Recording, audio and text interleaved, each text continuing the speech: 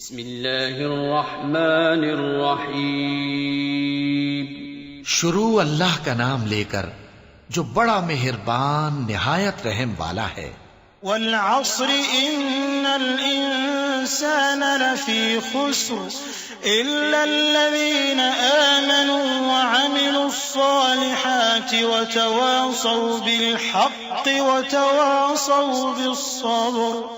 عصر کی قسم کہ انسان نقصان میں ہے مگر وہ لوگ جو ایمان لائے اور نیک عمل کرتے رہے اور آپس میں حق پر چلنے کی تلقین اور صبر کی تاکید کرتے رہے۔ رب اعوذ بک من ہمزات الشیاطین واعوذ بک رب ان یحضرون۔ بسم اللہ الرحمن الرحیم۔ الحمد للہ وسلام علی عبادہ الذین اصطفیٰ ولعنۃ الدائمۃ الباقیۃ علی اعدائہم اجمعین من الان الی قیام یوم الدین۔ اما بعد فقد اوصیکم ونفسی بتقوی اللہ۔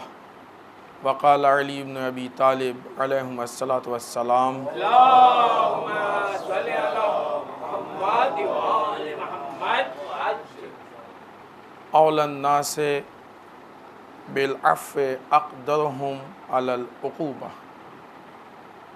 عزیزان محترم، اس پہلے خطبے میں سب سے پہلے اپنے نفس کو پھر آپ سب کو تقوی پروردگار کی طرف دعوت دیتے ہوئے تقوی پروردگار اور خاص کر کے آج کی تاریخ کی جو تاریخ بعثت رسول سے منسوب ہے، تقوی پروردگار کے لیے بہترین تاریخ،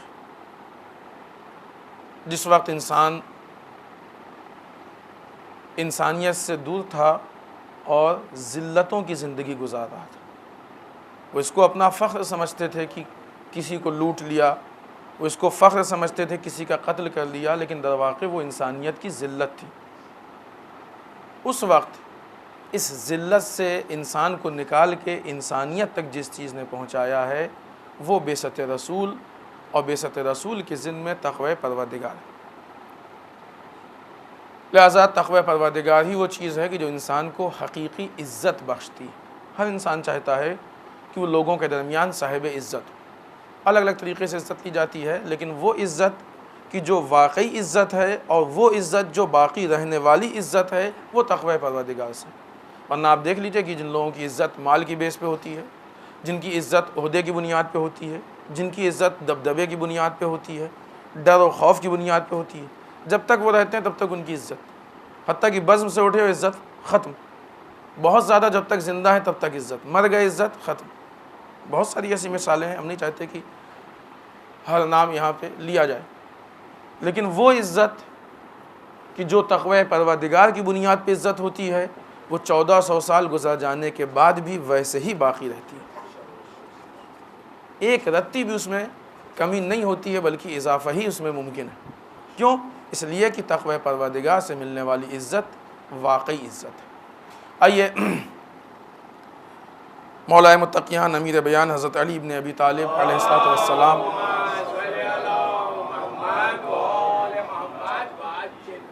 کے قول کی روشنی میں متقین کے صفات میں سے ایک صفت، جیسا کہ آپ کو معلوم کہ ہر ہفتے ایک صفت بیان ہوتی ہے تاکہ اس کو ہم آسانی سے اپنے اندر اتار سکیں۔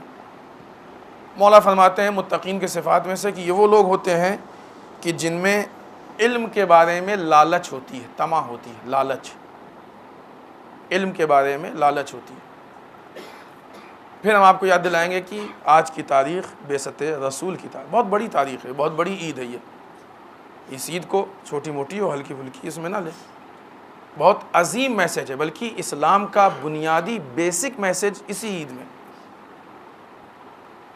اس عید میں سب سے اہم چیز کی طرف جو خدا اور رسول کی طرف سے دعوت دی گئی وہ یہی علم کی دعوت ہے۔ کل رات کی تقریر میں بھی ہم نے اسی چیز کی طرف اشارہ کیا تھا، اور آج مولا کا یہ قول کہ متقین وہ لوگ ہوتے ہیں کہ جن کے اندر علم کی لالچ ہوتی ہے، علم کی ایک چاہ ہوتی ہے کہ کس طریقے سے علم حاصل کر لیں۔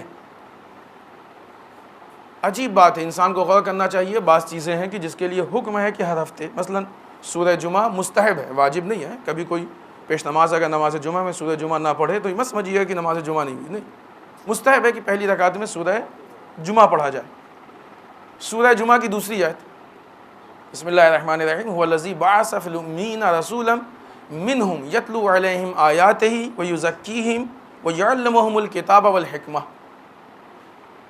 رسول کی بعثت کے جو مقصد ہیں ان کو 3 چیزوں میں گنایا گیا: آیات پروردگار کی تلاوت، نفس کا تزکیہ پیوریفیکیشن، اور کتاب و حکمت کی تعلیم. یہ خدا چاہتا ہے کہ ہر ہفتے مومنین کو بتایا جائے کہ رسول کی بعثت کا مقصد یہ ہے، جس کو آپ جمع کر لیجئے تو گھوم پھر کے آتا ہے اسی مرکز پہ جس کو علم کہتے ہیں.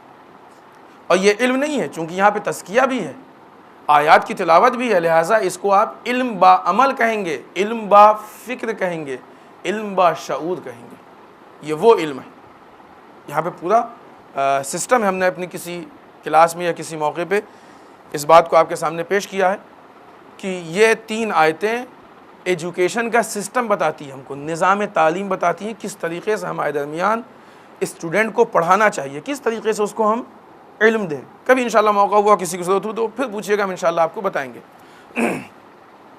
متقین کے صفات میں سے ایک صفت کیا ہے؟ یہ کہ وہ علم کی طرف بھاگتا ہے، اس کے اندر علم کی لالچ ہوتی ہے. عزیزان محترم، علم وہ چیز ہے کہ اگر انسان کے اندر علم ہے تو انسان کے اندر متانت پیدا ہوتی ہے، انسان کے اندر ایک وزن آتا ہے، انسان کے اندر عقل و فکر پیدا ہوتی ہے. اور اگر علم نہیں ہوتا ہے تو انسان کے اندر مشکلات پیدا ہوتے ہیں، اختلافات پیدا ہوتے ہیں. وہ حدیث ہم نے بارہ آپ کے سامنے پیش کی کہ اگر جاہل چپ ہو جائیں تو لوگوں میں اختلاف ہی نہ پیدا ہو. سارے اختلاف ہوتے ہی جاہلوں کی بنیاد پہ، جن کے پاس دلیل. آج آپ دیکھیں نا، ہر جاہل ایک فتویٰ دے رہا، ایسے ہونا چاہیے، ایسے ہونا چاہیے، یہ ہونا چاہیے. ارے بابا، آپ کے پاس اس کے پیچھے کوئی دلیل ہے؟ فتوے کے لیے دلیل ہوتی ہے، قرآن و حدیث سے فتویٰ دیا جاتا ہے. آپ کے پاس کوئی پروف ہے، کوئی دلیل ہے اس کے پیچھے کہ جو آپ یہ فتویٰ دے رہے ہیں، یہ بات کہہ رہے ہیں، یہ نظر دے رہے ہیں، حکم دے رہے ہیں؟ تو ساری مشکلات جہالت کی بنیاد پہ. اگر جہالت ختم ہو جائے، علم آ جائے، تو یہ مشکلات اپنے آپ دور ہو جائیں گی، یہ مشکلات اپنے آپ ختم ہو جائیں گی. لہٰذا ساری پریشانیاں اسی جہالت کی وجہ سے. اب یہ جہالت وہ بنیادی چیز ہے کہ جو مشکلات کا بیس بنتی ہے، اور علم وہ بنیادی چیز ہے کہ جو انسان کو بلند بناتا ہے، انسان کو ترقی کی طرف لے کے جاتا ہے. روایتوں میں کیا ہے؟ بہت واضح روایت ہے اور بہت زیادہ یہ روایت ذکر کی جاتی ہے، العلم فی الجوع، علم بھوک میں. اور دیکھیں یہاں پہ بھی ایک بات ہے، اب جو لوگ روایات اور ائمہ کی باتوں کے مزاج سے واقف نہیں ہیں، وہ سمجھتے ہیں کہ العلم فی الجوع یعنی علم بھوک میں. کیا مطلب؟ آدمی بھوکا رہے تو علم ملے گا اس کو، بھوکا رہے گا تو موت ملے گی، علم نہیں ملے گا. بھوکا انسان 2-3 دن 4 دن بعد مر جائے گا. وہ العلم فی الجوع کیا مطلب؟ مطلب یہ کہ جس طریقے سے جب انسان کے کھانے کی بھوک ہوتی ہے تو ایک حد تک انتظار اور صبر کے بعد انسان انتظار اور صبر نہیں کر پاتا ہے، پھر وہ بھاگتا ہے کھانے کے لیے، کیا ملے کیسے ملے. حتیٰ کہ مسائل میں یہاں تک ہے کہ انسان اگر بہت زیادہ بھوکا ہے اور موت کا خوف ہے تو مردار بھی کھا سکتا ہے کہ نہیں؟ اس حد تک بھوک. اب مثال میں مناقشہ نہیں ہوتا ہے، ابھی نہیں سوچیے کہ مردار کھا سکتا ہے تو وہاں پہ اگر انسان علم کا بھوکا ہو تو غلط علم بھی لے سکتا ہے. مثال جس جگہ کے لیے دی جاتی ہے اسی جگہ پہ دیکھنی چاہیے اس کو. علم بھوک میں ہے، یعنی کیا مطلب؟ بھوکا انسان کھانے کی طرف کیسے بھاگتا ہے، بھوکا انسان کھانے کو کیسے ٹوٹتا ہے. اسی طریقے سے وہ انسان جو علم کا بھوکا ہوگا وہ علم پہ کیسے بھاگے گا. بھوکا انسان پہ نہیں دیکھتا ہے کہ مصروفیت ہے کہ نہیں ہے، میٹنگ ہے کہ نہیں ہے، مسائل ہیں کہ نہیں، کچھ وہ کھانا ہے. ہر چیز کھانے کے لیے چھوٹ جاتی ہے، حتیٰ کہ اگر زیادہ وقت نہیں ہے تو کچھ ہی کھا لو، کم سے کم سکون تو مل جائے پیٹ کو. ہوتا ہے کہ نہیں ہوتا؟ یہ فطری چیز ہے. اسی طریقے سے جب انسان علم کا بھوکا ہوتا ہے تو سب سے پہلے علم کو دیکھتا ہے. عزیزان محترم، یہ علم ہے کہ اہم ترین سوال میں سے ایک سوال روز محشر اس علم کے بارے میں ہوگا. ہمارے یہاں بہت زیادہ یہ باتیں کہی جاتی ہیں کہ صاحب جب جانیں گے تو خدا سوال کرے گا. جس چیز کو جانتی نہیں خدا کیا سوال کرے گا؟ نہیں، ایسا نہیں. خدا نے جن چیزوں کو واجب کیا ہے سوال کرے گا. جو لوگ جانتے ہیں ان سے یہ سوال کرے گا کیوں نہیں کیا، اور جو نہیں جانتے ہیں ان سے یہ پوچھے گا کہ تم نے کیوں نہیں سیکھا. ورنہ انسان نماز ہی نہ سیکھے، جب سیکھیں گے تو خدا کیا پوچھے گا. روزے کا حکم ہی نہ معلوم کرے، جب معلوم ہی نہیں تو خدا کیا پوچھے گا. ایسا نہیں ہے. ان سے جو لوگ نہیں جانتے ان سے ایک سوال اور ہوگا کہ تم نے کیوں نہیں سیکھا. جب سیکھنے کے سارے وسائل موجود تھے تو تم نے کیوں نہیں سیکھا. جن چیزوں کی انسان کو ضرورت پڑا کرتی ہے، جن مسائل کی انسان کو ضرورت پڑتی ہے، ان چیزوں کا سیکھنا انسان کے لیے واجب ہے۔ جس طریقے سے دوسری چیز توصیل مسائل کے مسائل میں بھی ہے کہ جن مسائل کی انسان کو وہاں پہ مسائل کے عنوان سے کہ جن مسائل کی انسان کو ضرورت پڑا کرتی ہے، ان مسائل کا سیکھنا، ان کا جاننا انسان کے لیے واجب ہے۔ اب یہ اور بات ہے کہ ہم نے اس علم کو، ہم نے اس سے پہلے بھی اس بات کی تو متوجہ کیا، پھر متوجہ کر رہے ہیں اور پھر کریں گے انشاءاللہ، ہم نے ان چیزوں کو کہ جس سے ہماری روزی روٹی وابستہ ہوتی ہے، ان کو حاصل کرنے کے لیے پوری کوشش کی۔ آج انسان بامبے کے ایک کونے سے دوسرے کونے جاتا ہے اس علم کو حاصل کرنے کے لیے کہ جس علم کے فیوچر میں اس کو روٹی نظر آتی ہے، جس علم کے فیوچر میں اس کو مال نظر آتا ہے، لیکن جو علم انسان کی آخرت کو سنوارتا ہے، اس علم کو حاصل کرنے کے لیے انسان 2 قدم نہیں چل سکتا۔ ایک خاتون اکیلے 1 گھنٹے ٹریول کر کے سروس کرنے جاتی ہے، پڑھنے جاتی ہے، لڑکی جاتی ہے، لیکن اگر اسی سے آپ کہہ دیجئے کہ علم حاصل کرنے کے لیے 2 قدم پہ چلی جائے، نہیں یہ لڑکی ہے، وہ اکیلے کہاں جائے گی، تھکی ہے، وہ بزی ہے، وہ کیا ہے، 25 مسائل پیدا ہو جاتے ہیں۔ رسول علم کی طرف بلانا چاہتے ہیں، ہم علم سے بھاگ رہے ہیں۔ مقصد بعثت رسول میں سے اہم ترین مقصد، یا یوں کہا جائے کہ اب آج جو متقین کی صفات میں سے ایک صفات، ظاہر سی بات ہے کہ رسول اور مولا کی سیرت میں فرق نہیں ہے، سیم ہے، ایک صفت بھی ہے، اور آج کی اس تاریخ کا اہم ترین میسج یہ ہے کہ انسان علم حاصل کرے۔ یہ علم ہے کہ جو انسان کو ترقیوں تک پہنچاتا ہے۔ آئیے ہمیشہ کی طرح اس ہفتے بھی مولا کے اقوال میں سے ایک قول، یعنی کلمات قصار میں سے ایک کلمہ، مولا ارشاد فرماتے ہیں اول الناس بالعفو اقدرهم علی العقوبۃ، سب سے اولا انسان، سب سے زیادہ مستحق، استحقاق رکھنے والا کسی کو معاف کرنے کا، ایک انسان کہ جو سب سے زیادہ کسی کو معاف کرنے کا حقدار ہے، وہ ہے کہ جس کے اندر سزا دینے کی طاقت ہو۔ اگر انسان کے اندر سزا دینے کی طاقت نہیں ہے تو معاف کرنے کا حقدار نہیں ہے۔ بس یہ مولا کا قول ہے، کسی کے سامنے بس نہیں چلا، اس نے آ کے مارا پیٹا اور آپ کے اندر طاقت نہیں تھی، خدا نخواستہ کہ آپ جواب دیتے کا جواب معاف کیا ہم نے۔ معاف کرنا بھی ایسے ہی ہے اور صبر کرنا بھی ایسے ہی، کہ جاؤ ہم نے صبر کیا، خدا صبر کرنے والوں کے ساتھ۔ یہ نہ معاف کرنا ہے نہ صبر کرنا، یہ انسان کی مجبوری۔ طاقت ہو، پاور ہو، پھر انسان نہ بولے تو اس کو صبر بھی کہتے ہیں، اس کو معاف بھی کہتے ہیں۔ اگر طاقت اور پاور نہ ہو، انسان نہ بولے تو یہ انسان کی مجبوری ہوا کرتی ہے۔ معلوم ہوا کسی انسان کے خلاف ساری جو بھی طاقت تھی صرف کر دی، اور ساری طاقتیں صرف کرنے کے بعد جب اس کا کچھ نہ کر پائے تو کہا جاؤ اچھا معاف کیا، جو ہم نے صبر کر لیا، بڑے مصائب و علامتیں مشکلات تھیں، ہم نے ان مشکلات پہ صبر کر لیا۔ نہیں، یہ صبر نہیں ہے، یہ معافی نہیں ہے۔ اس لیے کہ عند اللہ، خدا کے یہاں صبر پہ بھی اجر ہے، خدا کے یہاں معافی پہ بھی اجر ہے۔ خدا معاف کرنے والوں کو بھی اجر دے گا، خدا صبر کرنے والوں کو بھی اجر دے گا۔ تو یہ انسان کو معلوم ہونا چاہیے کہ صبر کہاں ہے اور معاف کرنا کہاں ہے، صبر کس جگہ ہے اور معاف کرنا کس جگہ پہ۔ اگر انسان کو نہیں معلوم ہوگا تو انسان کہتے ہیں کہ غصہ بڑا سمجھدار،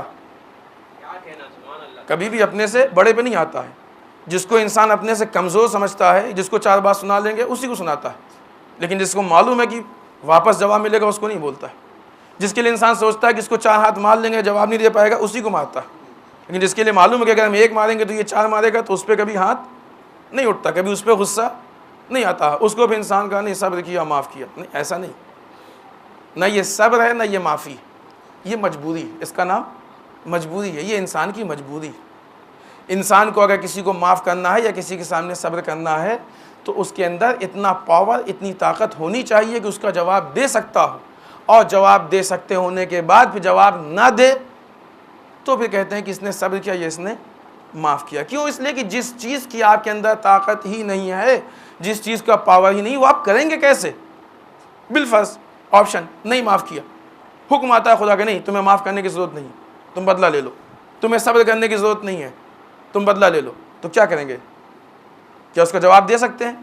کیا اس کے مقابلے میں آ سکتے ہیں؟ نہیں، نہ آنا اس بات کی دلیل ہے کہ یہ مجبوری ہے آپ کی۔ لہذا مولا کائنات اس اینگل سے 2 چیزوں کو بتانا چاہتے ہیں۔ پہلی چیز یہ کہ انسان کبھی بھی اپنے آپ کو جھوٹے فضائل کے دھوکے میں مت رکھے۔ صبر کرنا انسان کی فضیلت ہے، اگر واقعی صبر کر رہا ہے، مجبوری والا صبر نہیں۔ معاف کرنا انسان کی فضیلت ہے، معاف کرنے سے انسان چھوٹا نہیں ہو جاتا ہے، معاف کرنا انسان کی فضیلت ہے، انسان کے اندر کمال ہے۔ اگر انسان کسی کو معاف کرتا ہے تو انسان کہتے نہیں معاف کرنے والا بڑا ہوتا ہے، معاف کرنا بزرگی کی علامت ہے، معاف کرنا بڑپن ہے، معاف کرنے والا بڑا ہوتا ہے۔ تو یہ فضیلت جو انسان کے اندر ہے، یہ فضیلت واقعی ہونی چاہیے، فضیلت جھوٹی نہیں ہونی چاہیے، انسان کو دھوکے میں نہیں ہونا چاہیے۔ بعض اوقات انسان دھوکے میں ہوتا ہے کہ ہم تو بہت کچھ جانتے ہیں، ہم بہت بڑے عبادت گزار ہیں، ہم بہت بڑے دیندار ہیں، ہم بہت بڑے پرہیزگار ہیں۔ نہیں، انسان حقیقتوں کے نزدیک جا کے پہچانے کہ آیا واقعی یہ چیز پائی جاتی ہے کہ نہیں پائی جاتی ہے۔ ایک دوسری چیز مولا یہاں پہ ہم کو بتانا چاہتے ہیں کہ دیکھو، اپنے اندر طاقت پیدا کرو لیکن طاقت کا مس یوز نہ کرو۔ طاقت پیدا کرنا کوئی بری چیز نہیں ہے، طاقت کا مس یوز بری چیز ہے، غلط استعمال اس کا بری چیز ہے۔ اور پھر اس کے بعد طاقت والے ہی معاف کرتے ہیں، طاقت والے ہی صبر کرتے ہیں۔ طاقت ہونے کے بعد ہوتا ہے نا، بعض اوقات انسان کے پاس پاور آتا ہے، انسان کے پاس طاقت آ جاتی ہے تو انسان کے پاس پاور کے ساتھ، طاقت کے ساتھ گھمنڈ آ جاتا ہے، اپنے پاور کا گھمنڈ آ جاتا ہے۔ ہمارے پاس تو اتنا پیسہ، ہم جس کا دل چاہے وہ کر سکتے ہیں پیسے خرچ کر کے۔ ہمارے پاس تو مثلاً اتنی طاقت ہے، ہم جس کو چاہے مار سکتے ہیں۔ ہمارے پاس تو مثلاً فلاں پاور ہے، ہم جس کا دل چاہے وہ کر سکتے ہیں، ہے کہ نہیں؟ پاور آنے کے بعد انسان کے اندر ایک طرح کا گھمنڈ آ جاتا ہے، انسان سوچتا ہے کہ ہم جو چاہیں وہ کر سکتے ہیں، جو انسان کر سکتا ہو، لیکن جب دیکھے کہ سامنے والا معافی کا مستحق ہے یا یہاں پہ صبر صحیح ہے، اپنی نگاہ میں نہیں، خدا کی نگاہ میں، دین کی نگاہ میں۔ اپنی نگاہ میں تو جب غصہ آتا ہے تو کچھ نہیں سمجھ میں آتا ہے، پھر خالی انتقام سمجھ میں آتا ہے، خالی بدلہ سمجھ میں آتا ہے۔ انسان کا کمال اسی پہ ہے کہ اپنے غصے کی حالت میں انسانیت سے باہر نہ نکلے، اتنا غصے پہ کنٹرول کرے کہ انسانیت سے باہر نہ نکلنے پائے، جذبات میں اتنا نہ بہہ جائے کہ اپنی انسانیت کو بھول جائے۔ جب انسان انسانیت کے اندر رہے گا اس وقت انسان اس کو معاف بھی کرے گا، اس وقت انسان صبر بھی کرے گا۔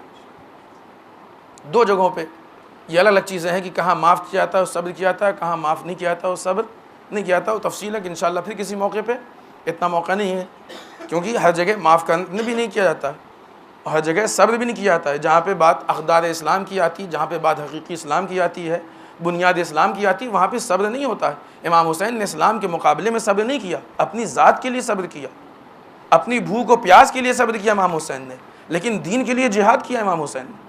بیک وقت امام حسین صابر بھی تھے، مجاہد بھی تھے، ہے کہ نہیں؟ تو ہر جگہ پہ صبر نہیں ہوتا ہے، ہر جگہ پہ معافی نہیں ہوتی، لیکن جہاں پہ بہتری کے امکانات پائے جاتے ہوں، جہاں پہ اصلاح کی امید پائی جاتی ہو، وہاں پہ انسان کو معاف کر دینا چاہیے۔ یہ معافی کب ہے؟ یہ نہیں کہ پاور نہیں، اب ہم تو صاحب بدلہ لے سکتے ہیں تو ہم کیوں معاف کریں؟ اب جو بدلہ لے سکتا ہے وہی معاف کرتا ہے، مولا یہی تو بتانا چاہتے ہیں، جو بدلہ لے سکتا ہے وہی معاف کرتا ہے۔ لہٰذا انسان اگر کوئی بدلہ لے سکتا ہے، اس بدلے کے عوض بدلہ نہ لے کے انسان خاموش رہ جائے، معاف کر دے، تو خدا اس کو اس کا اجر دے گا۔ اور دیکھیے اگر کسی نے بدلہ لے لیا تو کیا ملا؟ کیا مل گیا؟ کسی نے، ایک آدمی نے دوسرے کو ایک ہاتھ مارا، اس نے بھی ایک ہاتھ مار دیا، کیا ہوا؟ جو اس کے چوٹ تھی یہ ختم ہوئی، درد ختم ہوا، جو ہاتھ پڑا تھا واپس گیا، کیا ملا اس کو؟ اگر وہ ہاتھ مار کے برا تھا تو پورا تو نہیں، لیکن چونکہ دفاع کیا نا اس لیے مکمل تو نہیں، لیکن کسی حد تک یہ بھی اس کے ساتھ آ گیا۔ کسی نے کسی کو 4 بات سنا دی، اب اگر یہ بھی سنا لے، ایک تو بات کا مسئلہ یہ ہوتا ہے نا کہ ہر آدمی ایک معیار کی بات بھی نہیں کرتا ہے۔ جو انسان پست ہوتا ہے وہ پست باتیں کرتا ہے، جو انسان بلند ہوتا ہے وہ بلند باتیں کرتا ہے۔ اب اگر آپ کا مقابلہ کسی پست انسان سے ہو جائے اور وہ لو اسٹینڈرڈ کی بات کرے تو کیا آپ اپنے اسٹینڈرڈ کو گرائیں گے اس کا جواب دینے کے لیے؟ نہیں گرا سکتے نا۔ تو یہاں پہ یا تو صبر ہوگا یا معافی ہوگی، نہیں ہو سکتا یہاں پہ۔ یہ اس کا مطلب نہیں کہ قدرت نہیں ہے، قدرت ہے، کر سکتے ہیں، یہ اس کی بات ہے جو کر سکتا ہو، لیکن انسان نہیں گرے گا اس لیے کہ اپنے آپ کو پستی میں نہیں گرائے گا۔ اب یہاں پہ گرنے والا کیا ہے؟ اس نے اپنے معیار کو ختم کر دیا، اپنے خلاف کام کیا۔ لہٰذا انسان معافی اور صبر کی فضیلت کو اگر اپنا لیتا ہے تو وہ اس بدلے سے کہیں زیادہ اہم ہے۔ آج دنیا میں اچھے خاصے اختلافات آج جوانوں کے درمیان، معاشرے میں، سماج میں کیوں یہ اختلافات و جھگڑے پیدا ہوتے ہیں؟ انہی کی بنیاد پہ کہ لوگ اپنے جذبات پہ کنٹرول نہیں کر پاتے.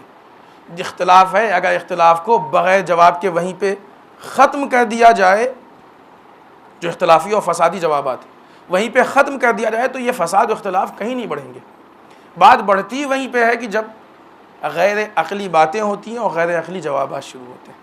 لہٰذا ہم لوگ بھی کوشش کریں کہ اگر سامنے والا غصے میں بات کر رہا ہے، اگر سامنے والا بدتمیزی سے بات کر رہا ہے، اگر سامنے والا لو اسٹینڈرڈ پہ اور غلط کلچر سے بات کر رہا ہے، تو یہ سمجھ لیں اس بیچارے کی مجبوری، اس کا معیاری یہی ہے. غصہ آئے گا لیکن غصے کو کنٹرول کریں، اس بیچارے کی مجبوری یہی ہے. لیکن اس کی مجبوری ہے، ہماری تو مجبوری نہیں. ہم کو تو معلوم ہے نا کہ انسان کو کیسا ہونا چاہیے، لہٰذا ہم کیوں کر رہے ہیں؟ اس کی تو مجبوری کہ وہ بیچارہ ہے ہی ہے پست، لہٰذا وہ پستی کی ہی بات کرے گا، اس کے علاوہ نہیں کر سکتا. لیکن جو انسان پست نہیں ہے وہ کیوں پستی کی بات کر رہا؟ اگر اس فلسفے کو انسان سمجھ جائے تو آج سماج و قوم کے درمیان اچھے خاصے اختلافات اپنے آپ ختم ہو جائیں، بلکہ پیدا ہی نہیں ہونے پائے. لہٰذا ہم اس بات کا خیال رکھیں کہ کس جگہ کس کا. دیکھیں عزیزان محترم، قوم میں، لوگوں میں، افراد میں ہر چیز کا جواب دینے سے انسان کی جیت نہیں ہوتی ہے. جیت تب ہوتی ہے کہ جب کسی مقصد کو لے کے اختلاف ہو اور اس کا بھی جواب منطقی جواب ہوتا ہے، لاجک کی نگاہ میں ہوتا ہے. اختلافات اور پرسنل اختلافات کے جواب دینا ضروری نہیں ہے. بسم اللہ الرحمن الرحیم. انا اعطیناک الکوثر فصل لربک وانحر انا شانئک هو الابتر.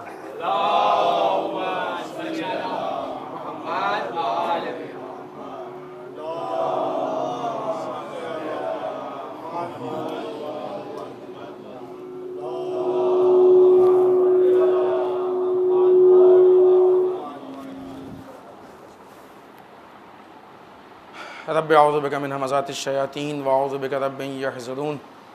بسم اللہ الرحمن الرحیم. الحمد للہ الذی لا یبلغ مدحتہ القائلون ولا یحصی نعماہ العادون ولا یودی حقہ المجتہدون. اللہم صل وسلم علی صاحب الدعوۃ النبویہ.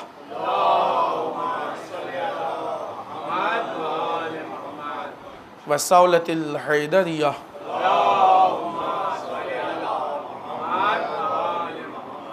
والعصمة فاطمیہ.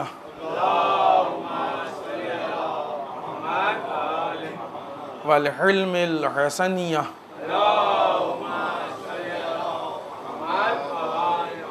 والشجاعة الحسینیہ.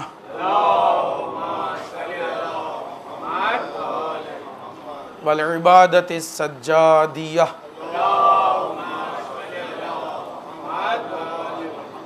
والآثار الباقیہ.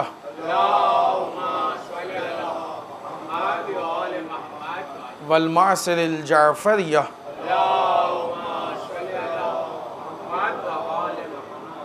والعلوم الکاظمیہ.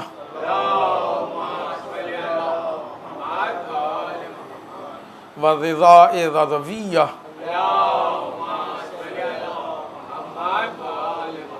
والجود التقویہ.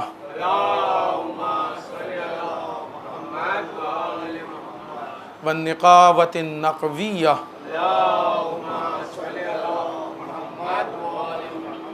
والہیبة العسکریہ.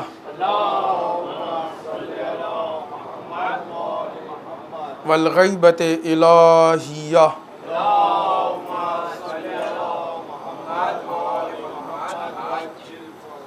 ولعنة الدائمة الباقیة على اعدائهم اجمعین من الان الى قیام یوم الدین. اما بعد، اس دوسرے خطبے میں بھی سب سے پہلے اپنے نفس کو پھر آپ سب کو تقوی پروردگار کی تاکید کرتے ہوئے اس ہفتے کی مناسبات میں اہم ترین مناسبت اور سب سے پہلی مناسبت آج کی تاریخ ہے کہ جس کی شب معراج رسول اور جس کا دن بعثت رسول یعنی عید مبعث.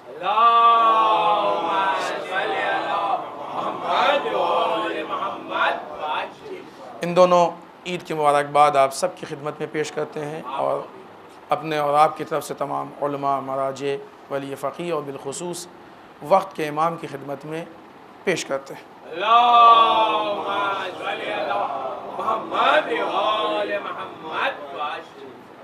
خطبہ اول میں بعثت سے متعلق کچھ اشارے کیے ہیں، لہٰذا دوبارہ اس بات کو ذکر اس لیے نہیں کر رہے ہیں، آنے والی کل کی مناسبت 28 رجب یہ وہ دن ہے کہ جس دن امام حسین علیہ السلام کا سفر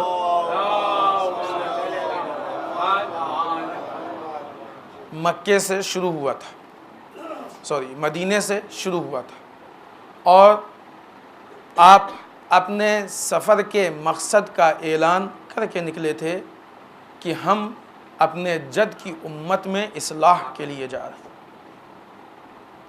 اگر امام حسین علیہ السلام کے سفر کا مقصد اصلاح امت ہے تو قربانی کا مقصد بھی اصلاح امت ہے، اور اگر قربانی کا مقصد اصلاح امت ہے تو عزاداری کا مقصد بھی اصلاح امت ہے۔ امام حسین نے اپنے سفر کو اپنے مقصد سے خالی نہیں رہنے دیا، مکے میں بھی اصلاح کی، مکے سے کربلا کی طرف گئے، راستے میں اصلاح کی، کربلا میں اصلاح کی، آخری وقت تک اصلاح کی، اپنی قربانی کو بھی اصلاح سے خالی نہیں رہنے دیا۔ قربانی سے پہلے بھی لشکر یزید کے سامنے جا کے خطبہ ارشاد فرمایا، ان کی ہدایت کی کوشش کی۔ جناب زینب نے کوفہ اور شام کے راستے میں جا کے خطبے ارشاد فرمائے، ان کی ہدایت کی کوشش کی۔ یعنی ایک لمحے بھی اس قربانی اور اس سفر کو مقصد سے خالی نہیں ہونے دیا، اس لیے کہ کسی بھی تحریک کی زندگی اس کا مقصد ہوا کرتی ہے۔ اگر وہ تحریک مقصد کے ساتھ ہو تو زندہ ہوتی ہے، مقصد سے الگ ہو جائے تو مر جایا کرتی ہے۔ امام حسین جناب زینب نے اس تحریک کو اس مقصد سے الگ نہیں ہونے دیا، یعنی ہمیشہ باقی رکھا، زندہ رکھا۔ امام حسین نے اپنی جان دے دی، اپنے کو قربان کر دیا، لیکن اس مقصد کو باقی رکھا۔ لہٰذا آج عزاداری کا مقصد بھی وہی مقصد ہے جو مقصد حسین۔ اب عزاداری کی حیات و زندگی اس میں ہے کہ وہ مقصد حسین سے خالی نہ ہو، ایک لمحے کے لیے بھی مقصد حسین سے عزاداری کو خالی نہیں ہونا چاہیے۔ ہماری عزاداری کی ساری قسمیں، سارے طریقے، ساری روش اس بات پہ ہو، اس چیز کو ذہن میں رکھ کے ہو کہ آیا اس میں مقصد حسین پایا جا رہا ہے کہ نہیں پایا جا رہا۔ یہاں پہ پھر یہ بات نہ آنا چاہیے کہ مجلس میں مزہ آیا کہ نہیں آیا۔ مجلس کا مقصد یہ نہیں ہے کہ ہم کو مزہ آیا کہ نہیں آیا، مجلس کا مقصد یہ ہے کہ اصلاح امت ہوئی کہ نہیں ہوئی، ہم کو اچھی لگی کہ نہیں لگی، یہ مجلس کا مقصد نہیں ہے۔ مجلس کا مقصد یہ ہے کہ امام حسین کو پسند آئی کہ نہیں آئی، ان کو اس مجلس میں اپنا مقصد نظر آیا کہ نہیں نظر آیا۔ لہٰذا ان مجلسوں کو، ان جلوسوں کو، ان عزاداریوں کو مقصد حسین سے خالی نہیں ہونا چاہیے، تبھی یہ واقعی و حقیقی عزاداری۔ ورنہ پھر عزاداری کے نام پہ انسان کی اپنی ایکٹیویٹی تو ہے، لیکن اس کا جو رشتہ کربلا سے تھا، کہ جو مقصد کی بنیاد پہ تھا، مقصد کے ختم ہونے سے وہ رشتہ پھر ٹوٹ جایا کرتا۔ اگلی مناسبت آنے والے مہینے کی پہلی تاریخ یعنی پہلی شعبان المعظم، بعض روایتوں کے حساب سے جناب زینب سلام اللہ علیہا کی ولادت باسعادت کی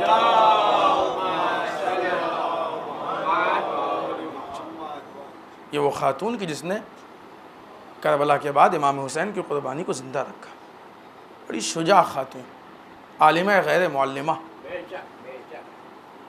اتنا آسان نہیں کہ انسان قید و بند کے عالم میں ہو اور وقت کے حاکم کے سامنے خطبہ کہہ دے، وہ بھی ایک خاتون۔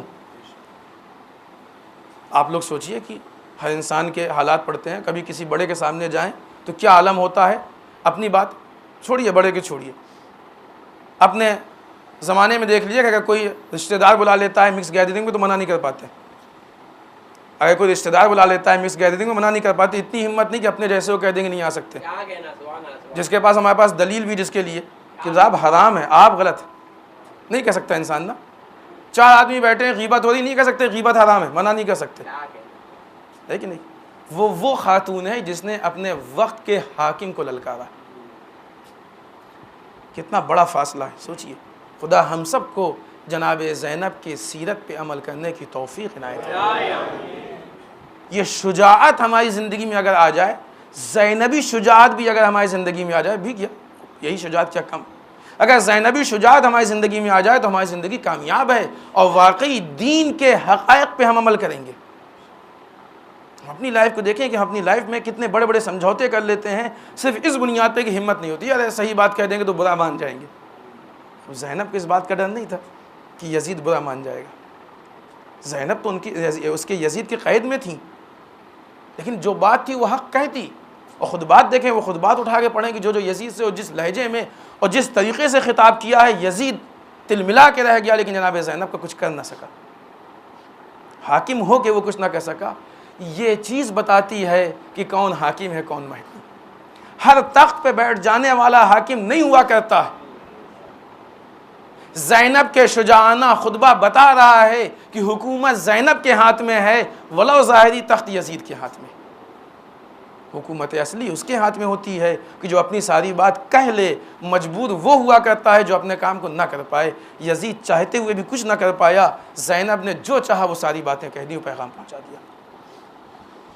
اس کے بعد کی مناسبت آنے والی 2 شعبان، یہ وہ تاریخ ہے کہ جس تاریخ میں سن 2 ہجری میں ماہ مبارک رمضان کے روزے کے واجب ہونے کا حکم آیا، اور اس تاریخ سے ماہ مبارک رمضان کا روزہ واجب ہوا۔ انشاءاللہ 1 مہینے کا تقریباً فاصلہ رہ گیا ہے ہمارے اور ماہ رمضان کے بیچ میں۔ ہم اس بات کی کوشش کریں گے کہ ماہ مبارک رمضان کو ہم درک کر سکیں اور اس کی فضیلتوں کو، وہ جو دعا ہے نا ماہ مبارک رمضان میں ہر نماز کے بعد کی، ابھی انشاءاللہ موقع ملے تو جا کے آپ اس کو پڑھیے، اس کے ترجمے کو پڑھیے، تو اس میں یہ چیز ہے کہ ہم کو ماہ مبارک رمضان میں کیا کیا حاصل کرنا، اس کی تیاری ہم کو ابھی سے شروع کرنی، تاکہ اس ماہ مبارک رمضان کے روزوں کو اور اس کی فضیلتوں کو ہم درک کر سکیں۔ اس کے بعد آنے والی 3 شعبان المعظم بہت اہم اور بہت بڑی تاریخ ہے کہ جس دن سرکار سید الشہداء امام حسین علیہ السلام کی ولادت باسعادت،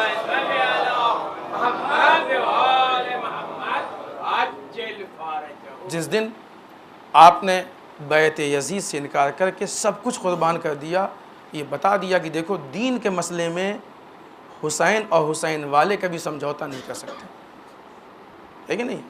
یزید میرے جیسے، بلکہ دربار میں کہا میرے جیسے یزید جیسوں کی بیعت نہیں کر سکتے، لہٰذا امام حسین کی یہ دعوت ہم سب کے لیے، اسی لیے ہم کہتے ہیں کل یوم عاشورہ کل ارض کربلا۔ امام حسین نے اس دن سے عاشورہ اور کربلا کو تحریک بنا دیا، آج ہر دن عاشورہ ہے، ہر زمین کربلا ہے، بشرطے کہ حسینی وہاں پہ ہو، ہر دن عاشورہ اور ہر دن کربلا۔ اس کے بعد کی تاریخ بعض روایتوں کے حساب سے 4 شعبان المعظم، حضرت ابوالفضل عباس علمبردار حسینی کی ولایت باسعادت کی تاریخ، اور اس کے بعد کی تاریخ 5 شعبان المعظم، بعض روایتوں کے حساب سے امام زین العابدین علیہ السلام کے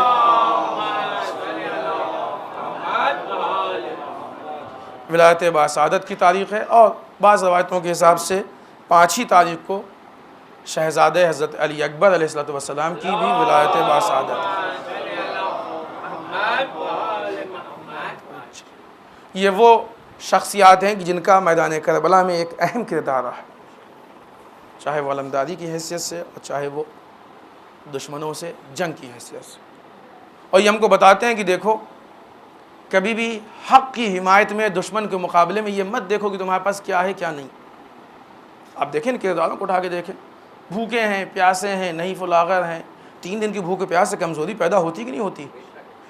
ایسے میں انسان ہتھیار اٹھا لی، یہ بہت بڑی بات ہے، چلانا تو بہت آگے کی بات ہے کہ نہیں؟ بعض اوقات مثلاً ہتھیار بھی جو مکمل چاہیے ہوتے ہیں وہ سارے ہتھیار بھی مہیا نہیں ہے، میسر نہیں، لیکن گئے حق کی حمایت میں، حق کی حمایت میں گئے۔ آج ہمارے ساتھ مشکل یہ ہے کہ ہم کھا پی کے حق کی حمایت نہیں کر پا رہے۔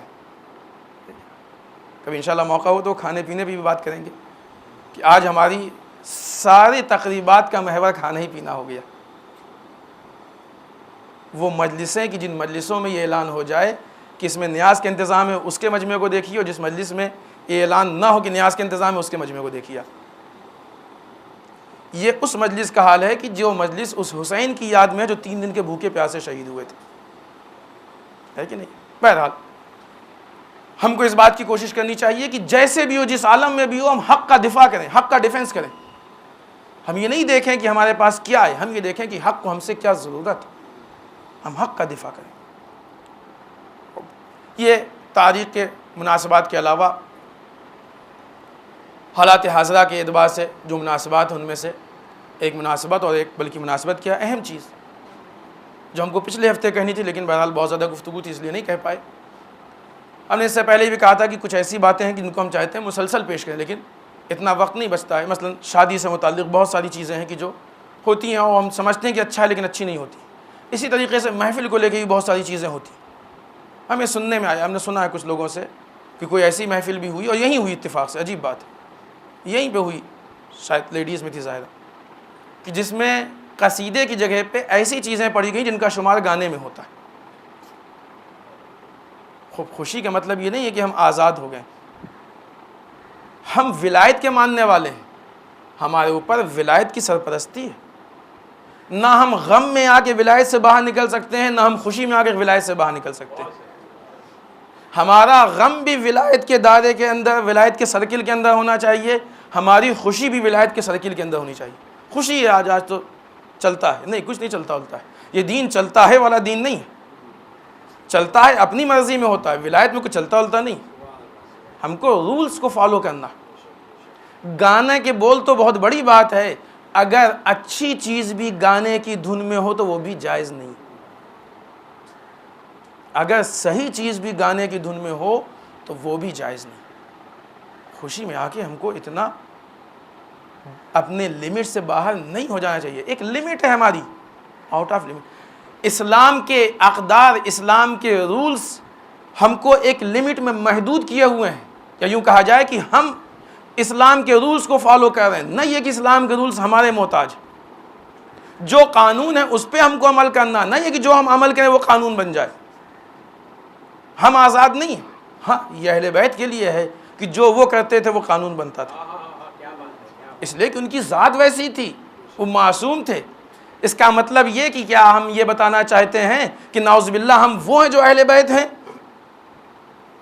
یا اہل بیت ہمارے جیسے ہیں؟ یہ نہیں ہو سکتا. قانون ہے, رولز, ہم کو اس رولز کے اندر ہونا چاہیے, چاہے وہ جو چیز ہو جس اس میں بھی. لہٰذا اگر مذہبی لیول لگ جائے تو ہر غلط چیز صحیح نہیں ہو جاتی. صاحب قصیدے کے نام پہ کچھ بھی پڑھ دیا صحیح ہو گیا, نہیں. یہ لیول ہے قصیدہ. ہم کو لیول والا قصیدہ نہیں چاہیے, ہم کو حقیقی قصیدہ چاہیے. اگرچہ خود یہ قصیدہ اور سلام یہ مشکل ہمارے لینگویج کی, چونکہ ہم لوگ نہیں جانتے ہیں قصیدہ کسے کہتے ہیں, سلام کسے کہتے ہیں, قطع و رباعی کسے کہتے ہیں, مدح کسے کہتے ہیں, نوحہ کسے کہتے ہیں. بعض اوقات ہم نوحے کی جگہ پہ سلام و قصیدہ پڑھا کرتے ہیں. ہے یہ کبھی جس کو اگر نہیں یہ چیز واضح ہوئی ہو تو ملیے گا, انشاءاللہ ہم واضح کریں گے. یہ فرق ہم کو معلوم ہونا چاہیے. یہ شاعری کی دنیا بلکہ ادبی دنیا کی تفصیل ہے, اور یہ بنیادی چیز ہے, ہم کو معلوم ہونا چاہیے تاکہ ایسی غلطیاں ہم سے دوبارہ نہ ہوں. یہ جائز چیز ہی ہماری محفلوں میں ہونا چاہیے. محفل میں ہونے کا مطلب یہ نہیں کہ جو کچھ بھی ہو سب جائز ہو جائے گا. ہم کو یہ رائٹ نہیں ہے کہ ہم ہر چیز کو جائز کر لیں, بلکہ جو خدا بند متعال نے ہمارے لیے جائز کیا ہے وہی ہمارے لیے جائز ہوگا. ایک چیز. دوسری چیز کہ ابھی ایک صاحب نے بتایا اور سن کے بڑا عجیب لگا, بڑا افسوس, کہ آج اس زمانے میں جبکہ تقلید اور مراجع و مجتہدین کو لے کے اتنا اختلاف ہے اور ہنگامہ چل رہا ہے کہ تقلید کرنا چاہیے کہ نہیں کرنا چاہیے, ایسے حالات میں یہ بات سن کے اور افسوس ہوتا ہے. ایک صاحب کی کسی لڑکے سے ملاقات ہوئی, شاید 15-16 سال کا تھا جیسا کہ وہ بتا رہے تھے, ظاہراً 16 سال کا 15 سال کا. انہوں نے اس سے پوچھا اس لڑکے سے کہ بیٹا آپ تقلید کرتے ہیں, کس کی تقلید کرتے ہیں؟ تو پہلے تو اس نے کہا نہیں کرتے ہیں. پھر بعد میں کہا کہ نہیں ہاں کرتے ہیں. کیوں نہیں کرتے؟ کس کی تقلید کرتے ہیں؟ کہ اپنے ماں باپ کی تقلید کرتے ہیں. اپنے ماں باپ کی تقلید. بیچارہ اپنے بالغ ہونے کی عمر میں اس کو یہی نہیں معلوم کہ تقلید ہے کیا اور کس کی ہوتی. پہلے سک پکانا, پھر اس کے بعد یہ جواب دینا, یہ اس بات کی واضح دلیل ہے کہ یہ بیچارہ یہ جانتے ہی نہیں کہ تقلید کیا ہے کسے کہتے ہیں. سوچئے کہ ہم کتنا پیچھے. یہ بیچارہ باقی ساری چیزیں جانتا ہے, اپنے موبائل پہ جو بھی اس کی من پسند چیزیں ہوں گی سب ڈاؤن لوڈ کرتا ہوگا, سنتا بھی ہوگا. اس کو سب معلوم ہوگا کہ ہمارے ٹی وی پہ کس نمبر پہ کون سا چینل آ رہا ہے, وہ سب دیکھتا ہوگا. اس کو نمبر یاد ہوگا, آپ سوتے میں جگہ کی پوچھ لیجیے بتائے گا آپ کو, وہ اس کو معلوم ہوگا وہ سب, ہے کہ نہیں. ساری تفصیلات اس کو معلوم ہوگی. اس کو کیا نہیں معلوم ہے؟ بنیادی چیز جسے تقلید کہا جاتا ہے. اور اس حالت میں جبکہ آج تقلید کو اختلافی ٹاپک بنایا گیا ہے, لہٰذا کہیں نہ کہیں یہ چھڑ ہی جاتی ہے تقلید. اس زمانے میں اس کو نہیں معلوم کہ تقلید کیا چیز ہے, تقلید کس کی کرنی چاہیے. پھر ہم وہی بات کریں گے کہ عزیزان محترم ہماری قوم میں علم کی بہت کمی ہے، ہم علم سے بھاگنے کے بہانے ڈھونڈتے ہیں۔ عزیزان محترم اسلام کہتا ہے کہ علم کو لینے کے بہانے ڈھونڈو، علم کو حاصل کرو، چاہے جیسے ہو جہاں سے ہو، چاہے چین تم کو جانا پڑے، علم حاصل کرو۔ کتنی مشقتوں کے لیے کہا گیا ہے علم کے لیے، ہم علم سے بھاگنے کی کوشش کرتے ہیں۔ سوچئے کیا ہوگا یہ اس قوم کا؟ کیا ہمارے لیے اتنا کافی ہے کہ ہم روایتی انداز سے مذہب پہ عمل کر لیں؟ ہمارے ماں باپ نماز پڑھتے تھے لہٰذا ہم نے پڑھ لی کافی ہے، ہمارے ماں باپ روزہ رکھتے تھے ہم نے روزہ رکھ لیا کافی ہے، ہمارے ماں باپ مثلا قرآن پڑھتے تھے اگر پڑھتے رہے ہوں لہٰذا ہم نے پڑھ لیا کافی ہے، ہمارے ماں باپ فلاں فلاں دعائیں پڑھتے لہٰذا ہم نے پڑھ لیا کافی ہے، نہ اس میں سے کچھ کم ہو سکتا ہے نہ زیادہ ہو سکتا ہے۔ نہیں عزیزان محترم، دین اس کا نام نہیں ہے، اسلام غور و فکر کا نام ہے، اسلام سمجھنے کا نام، یہ فکر کرنا یہ ہماری ضرورت ہے۔ آخری چیز کہ سیکنڈ لاسٹ، شام کے حالات الحمدللہ بہت اچھائی کی طرف ہیں، اور وہاں کے سرکاری ٹی وی نے اعلان کیا ہے کہ شام کا ایک سرحدی شہر کہ جس کا نام ہے القصیر، اس پہ شامی فوج نے مکمل طریقے سے قبضہ کر لیا۔ بہت اہم تھا یہ، کیونکہ دشمن نے اس شہر کو چوکی بنا رکھا تھا، اس پہ قبضہ کر لیا، اور اب وہ شہر دشمن سے پوری طریقے سے آزاد ہے۔ اور جب قبضہ ہو گیا تو پھر امریکہ نے اظہار افسوس کیا،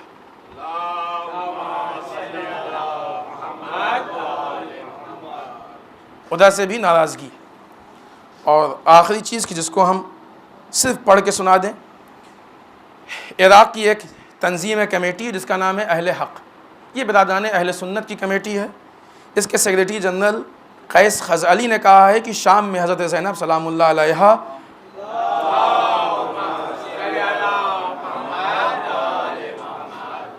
کہ روضہ اقدس کی حفاظت کرنے میں اہل سنت کے مجاہدین بھی شریک ہیں، جن میں سے 7 مجاہدین شہید بھی ہو چکے ہیں۔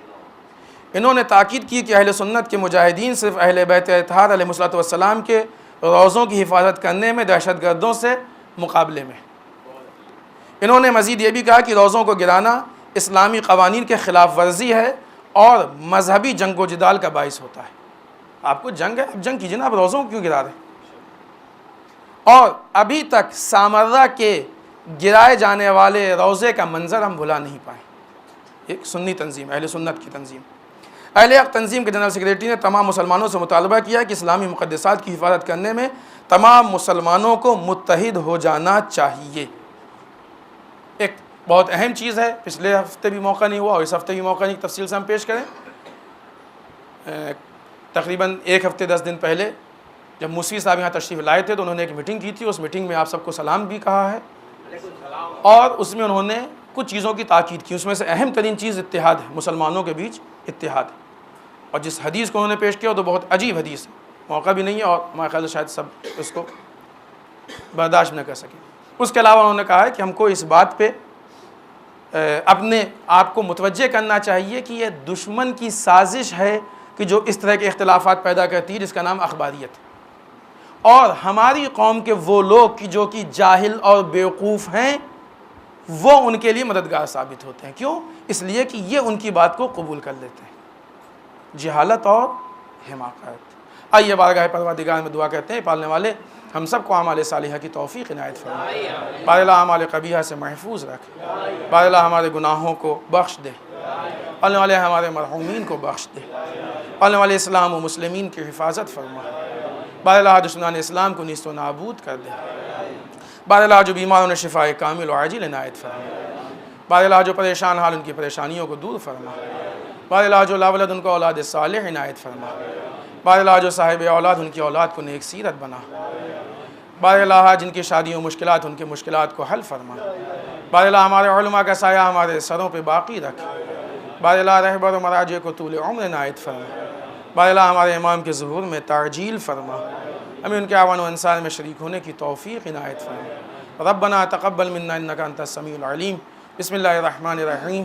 قل هو اللہ احد اللہ الصمد لم یلد ولم یولد ولم یکن لہ کفوا احد۔